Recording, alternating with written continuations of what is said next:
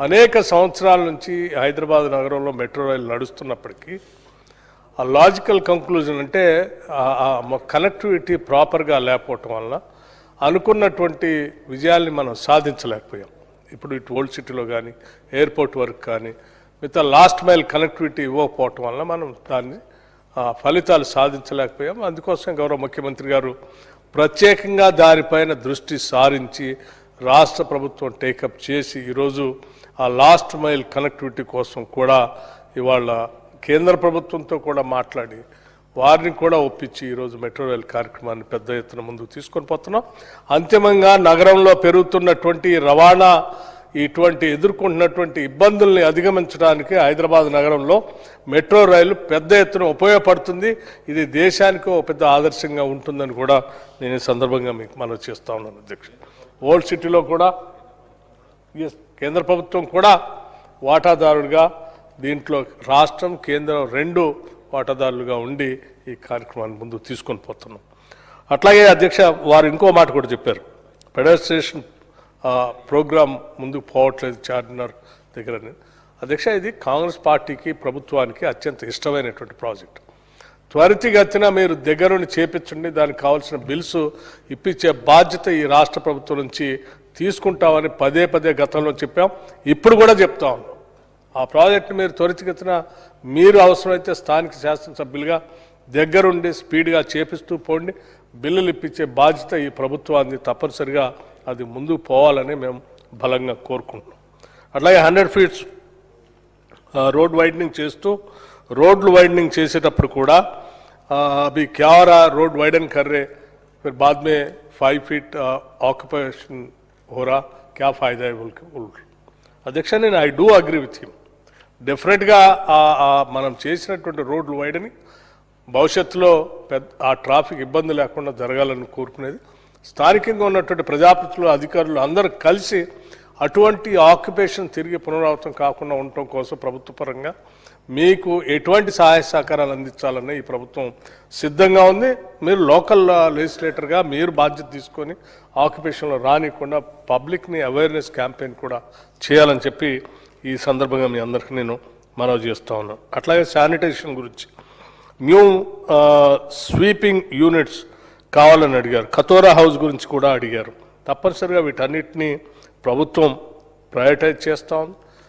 ఈ రాష్ట్ర ప్రభుత్వం ఓల్డ్ సిటీని అభివృద్ధి చేయటమే కాకుండా హైదరాబాద్ నగరాన్ని అభివృద్ధి చేయటమే కాకుండా అంతిమంగా ఒక ఫ్యూచర్ సిటీని కూడా ఈ హైదరాబాద్ నగరానికి యాడ్ చేసి ప్రపంచంలోనే ఒక బాగా ఫాస్టెస్ట్ గ్రోయింగ్ సిటీగా మోస్ట్ లివబుల్ సిటీగా హైదరాబాద్ నగరాన్ని మార్చాలనేది మా ప్రభుత్వం యొక్క లక్ష్యం. దానికోసం ఈ నగరానికి తీసుకోవాల్సిన చర్యలన్నీ తీసుకుంటున్నాం. మూసీ రిజర్వేషన్ కార్యక్రమం కానీ లేకపోతే మీరు చెప్పినటువంటి అక్కడ ఉన్నటువంటి చార్మినార్, సాలార్జింగ్, అట్లాగే బిర్లా మందిర్, గోల్కొండ, లాడ్ బజార్ ఇటువంటి ఇత్యాది ప్రాంతాలని టూరిస్ట్ స్పాట్స్గా మార్చడానికి రాష్ట్ర ప్రభుత్వం ప్రత్యేక దృష్టి పెట్టి ముందుకు పోతామని తప్పనిసరిగా మీ కళలు నిజం అవుతాయని సందర్భంగా మీకు మనం చేస్తూ ఉన్నాను. అట్లాగే అధ్యక్ష ఆటోల గురించి వారు స్పష్టంగా అంటే ఇప్పుడు మనందరం ఎదుర్కొంటున్నటువంటి ఇందాక మనం రెజల్యూషన్ కూడా పాస్ చేశాం. యుద్ధం ద్వారా ఉత్పన్నమైనటువంటి సమస్యలు, ఆ సమస్యలో భాగమే ఈరోజు గ్యాస్ బేస్డ్ ఆటోస్ సంబంధించి నగరంలో ఆటోలు ఇబ్బంది పడుతున్నమాట వాస్తవం. మనకు రావాల్సినటువంటి ఆ పర్సంటేజ్ ఆఫ్ గ్యాస్ని 20% మాత్రమే ఇస్తూ ఉన్నారు. ఆ 20% రావటం వల్ల మిగతా వాటిలో షార్టేజ్ ఉందన్నటువంటి భ్రమలు కూడా నగరంలో ఉన్నటువంటి ప్రజలు కలుగుతూ ఉంది. వాస్తవంగా నగరంలో రాష్ట్ర ప్రభుత్వం చాలా క్యాల్కులేటెడ్గా సివిల్ సప్లైస్ మంత్రి గారు ఉత్తమ్ కుమార్ రెడ్డి గారు అట్లాగే ముఖ్యమంత్రి గారు ఇద్దరు కలిసి ఒక రివ్యూ కార్యక్రమం కూడా చేశారు అధ్యక్ష. నన్ను కూడా చెప్తే నేను కూడా రివ్యూ చేశాను. గ్యాస్ సంబంధించి కానీ పెట్రోల్ సంబంధించి కానీ డీజిల్ సంబంధించి కానీ ఎటువంటి ఇబ్బంది లేదు ఇప్పటివరకు నగరంలో. ఈ గ్యాసు ఏది ఆటోలకు వాడేటువంటి గ్యాస్ ఏదైతుందో కమర్షియల్ సంబంధించి 20% మాత్రమే ఇస్తూ ఉన్నారు. ఆ కమర్షియల్ అలాట్మెంట్ చేసేటువంటి గ్యాస్ని అత్యంత ప్రయారిటైజ్ చేసి ముందుగా ఎక్కడెక్కడైతే గవర్నమెంట్ సంబంధించినటువంటి అవసరాలు ఉన్నాయో, ఉదాహరణకి రెసిడెన్షియల్ స్కూల్స్, హాస్టల్స్, హాస్పిటల్స్ ఇటువంటి వాటికి ప్రయారిటైజ్ ఇచ్చి ఆ గ్యాస్ని ఇచ్చిన దాన్ని వాటిని అందుబాటులో తీసుకొని వస్తున్నాం. ఈ 20% గ్యాస్ తగ్గించడం వల్ల ఆటోలకి ఇటువంటి ఇబ్బంది ఏర్పడుతూ ఉంది. ఈ ఆటోలు తగ్గటం వలన ఆటోలు లైన్లో చూసి నిజంగా నగరంలో మిగతా ఇబ్బందులు కూడా ఉన్నటువంటి ఒక భ్రమ కలుగుతూ ఉంది. దానికి సంబంధించి కూడా రాష్ట్ర ప్రభుత్వం సీరియస్గా ఆలోచన చేస్తూ ఉంది అధ్యక్ష. హైదరాబాద్ని నెట్ జీరో సిటీగా మార్చాలనే ఆలోచనతో ఇక్కడ ఉన్నటువంటి బస్సులన్నింటిలో కూడా పెద్ద ఎత్తున బ్యాటరీ బేస్డ్ బస్సులుగా మార్చాలని ఆలోచన చేస్తున్నాం.